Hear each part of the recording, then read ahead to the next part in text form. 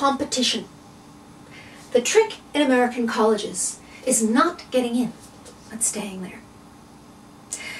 My first day of college as an undergraduate, the dean spoke to all the incoming freshmen. He said, I want all of you to introduce yourselves to the person on your right.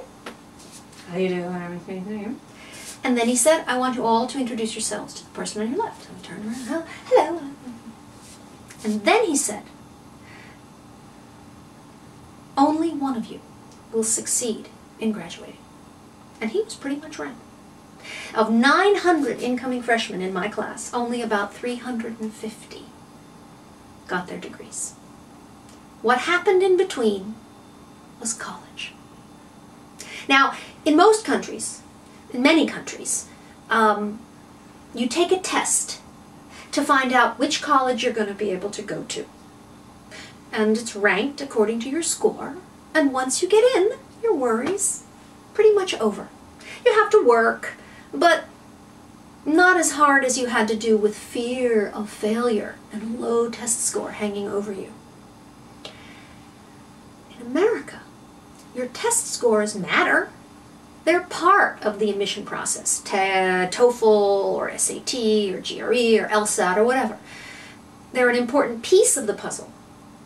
But here we know that the test score is not going to predict your college any more than having speed and accuracy of kicking and lots of strength is going to predict how well you can play soccer. To know how well you're going to play soccer, you have to actually play on a team, competing against other players. And that's how we view college. So you should see college in that model, like a competitive sport, right? If you want to play the game, you have to start on a small team, say your undergraduate school, and you prove yourself by being such a good player there that you get to play on the professional team, which is the Harvard MBA program. All right?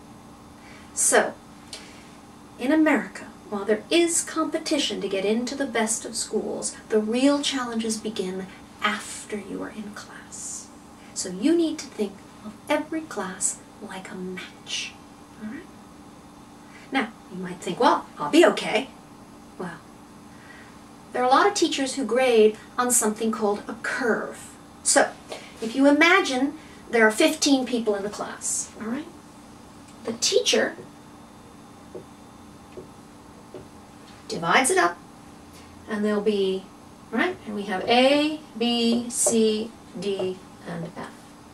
So there'll be like 1A, 3 B's, 7 C's, 3 D's, and 1F. No matter how well or how poorly you do, it's all in relationship to the other players, not absolute. So you can have a 99 average, and if somebody has a 100 average, that person gets the A, and you get the B. So who's going to get the A? You or me? That's the competition that you will face. So, now, some people play sports only to play, to compete for a ranking. They don't play to win. Like a marathon that's very long and only one person can win, but many people play just to finish, and that's okay. That's a legitimate reason for playing.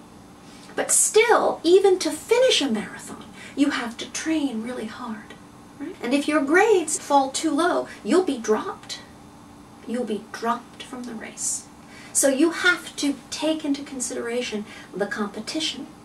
You have to stay in the top half. And remember, the top half gets harder every year because the low ones have already been dropped. And the competition is among these people and then these people. So the competition gets tougher every year. American colleges are a competitive game. And you have to play really hard just to finish.